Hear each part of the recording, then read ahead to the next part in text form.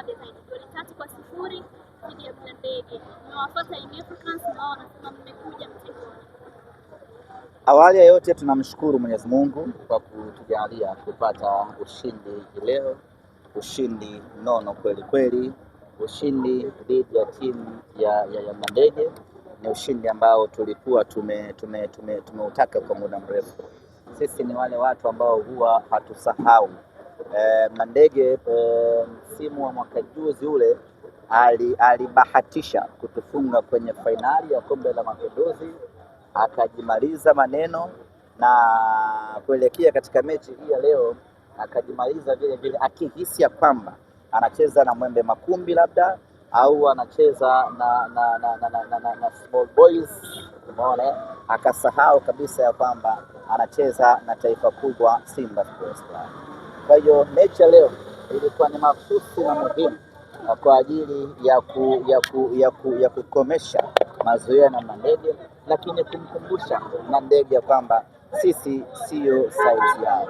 Ukiachilia mbali kumfunga, lakini tumemfunga kwa mateso makubwa, tumempelekea moto mzito, moto wa gesi, tumempelekea pumzi ya moto, tumemfungia booster ya kibabe, tumempiga goli 3 na mateso makubwa. Sisi Simba Sports Club tumetimiza malengo yetu ya kwanza ya kuingia fainali na malengo ya pili ya kumfunga Mlandege.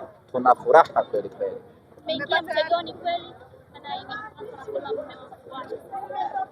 Sisi jana tumewaombea dua sana. Kwa mara ya kwanza tulipiga goti kwa Mungu tukiombea Azam afungwe kwa mara ya kwanza, na baada ya hilo kutokea tukafanya sherehe kubwa kweli kweli, na ndio maana hii leo mechi ambayo ilikuwa inachezwa dhidi ya Mlandege, unaona kabisa watu wanacheza wakiwa wanatafuta kitu fulani, wakiwa wana shauku na hamu na kitu fulani, na shauku yetu ilikuwa ni fainali ya tarehe 29.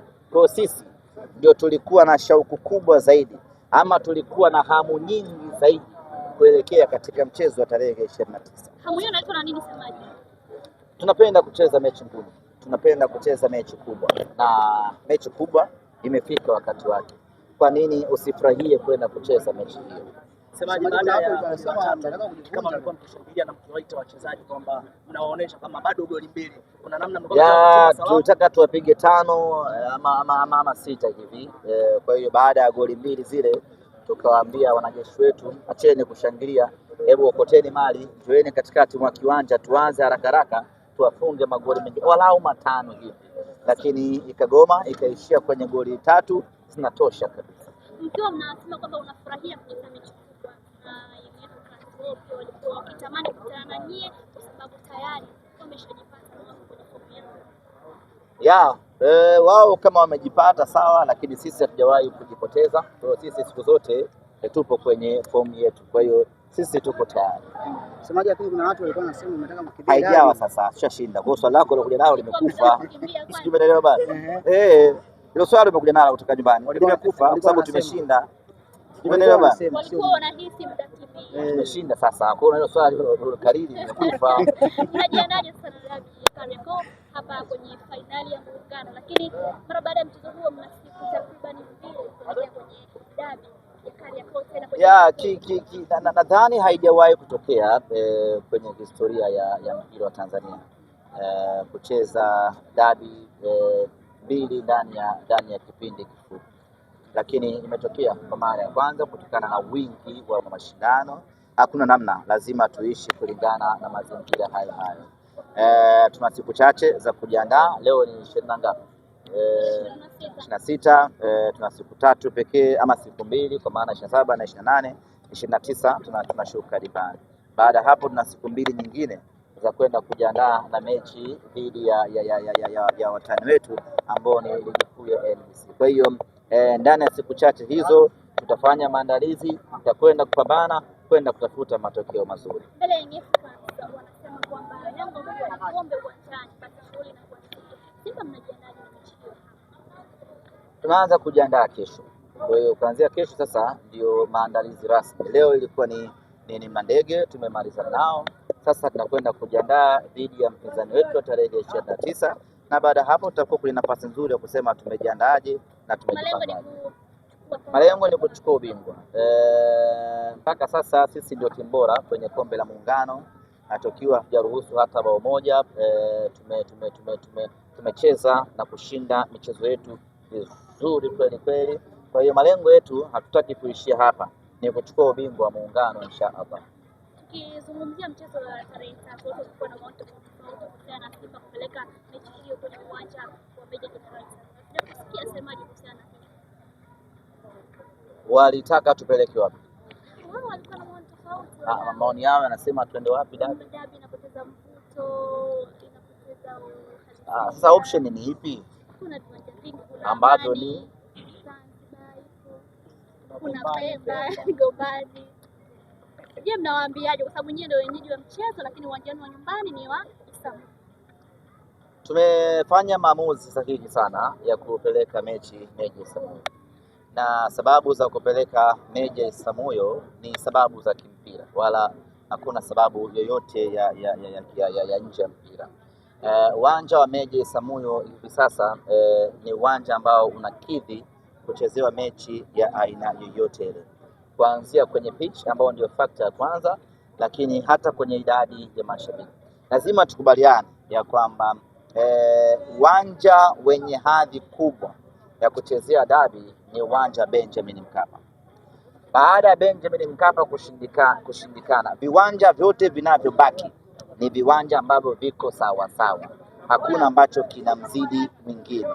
Kwa hiyo baada ya kukosa Benjamin Mkapa, ukiamua kwenda Amani sawa, ukiamua kwenda Isamuhyo sawa, ukiamua kwenda Gombani sawa, ukiamua kwenda Azam Complex ni sawa.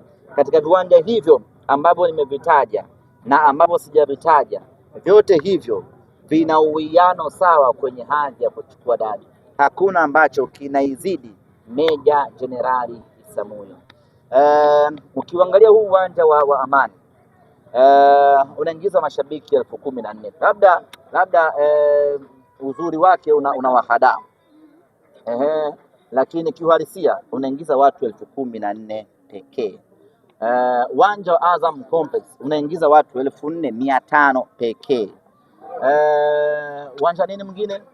Gombani, sijui idadi yake, lakini hawezi kuzidi watu 10,000. Sijui umeelewa?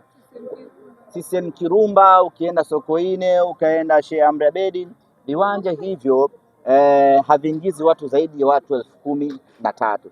Lakini kwa hali hii ya mvua za kila siku, CCM Kirumba kuna hatari kinyesha pale mkacheza kwenye matope, au mkaenda Sheikh Amri Abeid pale mechi ikaahirishwa. Sasa kwa nini tu take riski ya kupeleka huko sijui Kirumba na watu ni 13,000 tu, wakati Meja Jenerali Isamuhyo ni watu 10,000 wanaingia katika uwanja huo. Kwa hakuna tofauti kubwa. Lakini ukitoa Benjamin Mkapa, Tanzania hii uwanja unaoongoza kuwa na pitch nzuri ya nyasi asilia ni uwanja wa Meja Jenerali Isamuhyo. Huu uwanja mnaoona hapa pitch yake imechanganywa, wanaita hybrid, imechanganywa artificial na nyasi asilia.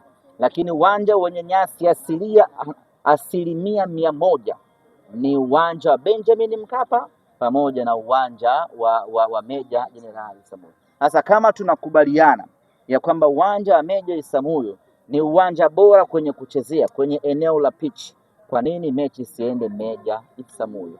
Lakini watu ni 10,000 sawa, na ukiwaleta hapa, na ni idadi pungufu ukienda Azam Complex, na ni idadi sawa ukienda Sheikh Amri Abeid ama ukienda Sokoine ama ukienda Kirumba. Kwa hiyo tumefanya maamuzi sawa, na mimi niwakaribishe Meja Jenerali Isamuhyo Mbweni, Dar es Salaam. Unasema pale hapana vurugu pale. Hakuna kufanya vurugu. Na mpira utaji vurugu, mpira ni starehe. Yes. Kwa mnawakaribisha? Ya, tunawakaribisha. Yoyote tunamkaribisha. Tutatangaza. Tutatangaza wala msio na wasiwasi. Ni kati ya 100,000 mzunguko kwa 500,000 VIP. Tuko hapo kwenye hiyo rate. Tuko kwenye hiyo rate hapo. Na Simba wana vimudu lakini. Simba Sports ba. Hamna anayekomolewa.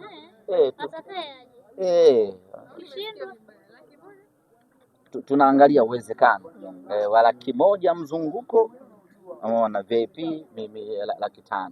Kule kwenye ile Utajua mwenye chuma au misumari, lakini kati ya 100,000 hiyo sio kikubwa sana. Alafu si ndo mwanzo wa mwezi, tarehe 3 watu washapokea mishahara marupurupu. Mtaenjoy. Nataka kuwazidi vile viaza. Unazidi vile viaza mwenyewe. Hiyo si dabi wewe. Hiyo dabi. Piga kishwani.